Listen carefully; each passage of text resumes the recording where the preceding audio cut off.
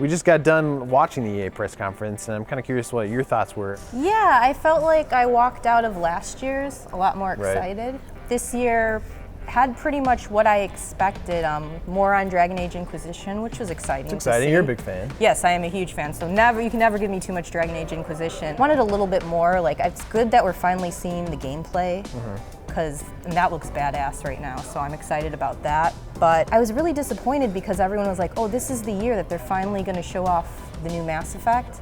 But they didn't really give us much to go off of. There were a lot of things in the press conference actually that just seemed like we were going to show you something, but it's really thin on content. Like the Mass Effect thing was like Casey Hudson and a couple other guys from the studio just sort of talking about like, hey, we're still making a game, which we already knew about that. But then they also announced that like we have another project we're working on, and here's a shot of a building. They obviously want ever-changing worlds going on, and that was kind of disappointing to hear about it, but then still not have much at all. And they opened the press conference with Star Wars sort of video about DICE, just kind of showing off like, hey, we went down to LucasArts and we scanned R2-D2. It was cool info, but it's like, I would have loved to see more in the game there. And then the other thing that excited me and also disappointed me was Mirror's Edge, because I'm actually a huge fan of the original, but then they didn't really like show much on it. It was kind of like, the vignettes they showed looked like they could have been part of the first game, honestly.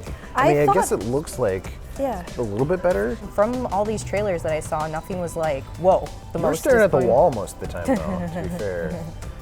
Yeah, I would, that went over really well with you. Yeah. Well, hockey, you're a big hockey fan. Yeah, and even for that, like, I get that this hockey thing is obviously this hockey thing, NHL 15 is going to look better. I think this hockey thing is going to take off. The thing that we're most excited about with it, though, is there's finally new commentary, and fans have been asking for this for years, and not to even get, like, a good indicator on the chemistry of Doc and Eddie, they could have done a little more. So then the other thing that I thought was, like, really interesting was that new PGA Tour game.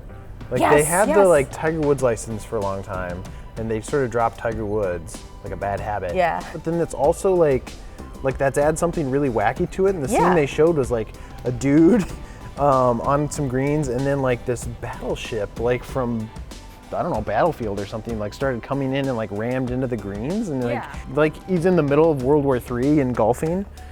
The Sims 4. I'm a big Sims fan. You know, it didn't give us too much, but it did give people another example of how the emotion system's going to work out. And I know some fans do have some concerns that, oh my gosh, am I gonna have to really babysit and manage emotions all day? And I actually recently sat down with them, and they said your Sims will only go through like 3 emotions a day, but it will help color the gameplay. Sims are no longer like Jeff Markiafava. You can actually tell what emotion they're expressing. Criterion, that was another thing. So like going along with the theme of like, hey! Are we live? Oh, we're there you go. That's exactly what we needed. The other thing that was going along with the theme of like, they'll show something but not really show a whole lot, was the Criterion announcement, where it's like, hey, Criterion's like speeding along into a new game, but it's not cars. It's every other vehicle ever known to man. They showed off like boats and planes and like even like wingsuits and stuff. And it's like, but we're not going to talk at all. It's like, is it a racing game? What always makes me nervous about that is that the first thing that they said when they kind of went on the stage, or one of the earliest things, they're like, this is really too early to really start talking about, or we're way early in the process. So I don't even think they know what they want, like what the game is entirely going to be. So I think they're very careful to tiptoe around. Let's show what idea we're going in, some footage, you know, get some feedback, but I feel like that was just it. They wanted to keep some stuff. This interview is being invaded. Oh, whoa. Hi. Even if we go back to like the Mass Effect games and Bioware's new IP, is that they're still working on these games. They don't want to reveal too much, but I think at one point, if you're going to put up, you know, some teaser shots or even have people talking about it, you have to give them a little bit of an idea of what the game is. And I think ultimately that's sort of my takeaway from this press conference is like, I'm excited about a lot of these games, like Dragon Age. I'm excited about the new Mass Effect, even though I don't know anything about it.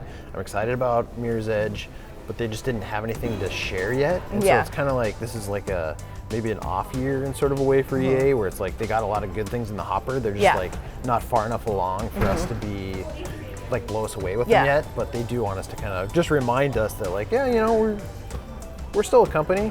Well, hey, they're just saying We're still making games. We have all these in the pipe. They're just not quite there yet. The one thing we actually didn't talk about yet, because I think it got like sort of leaked early, was the Battlefield Hardline. Actually looked kind of fun. It like starts off as this bank robbery that just goes to hell, and like they end up like destroying half a city as they're just trying to make a way off with like a couple $1,000. Then they ended the conference with like pew pew, like smoke effects, and like go play Battlefield. You can't have a press conference without smoke effects, so it had to. I wanted Steve Papadopoulos to like just disappear in one of the smoke plumes. I thought that would have been a good way to end. Yeah, sure. So.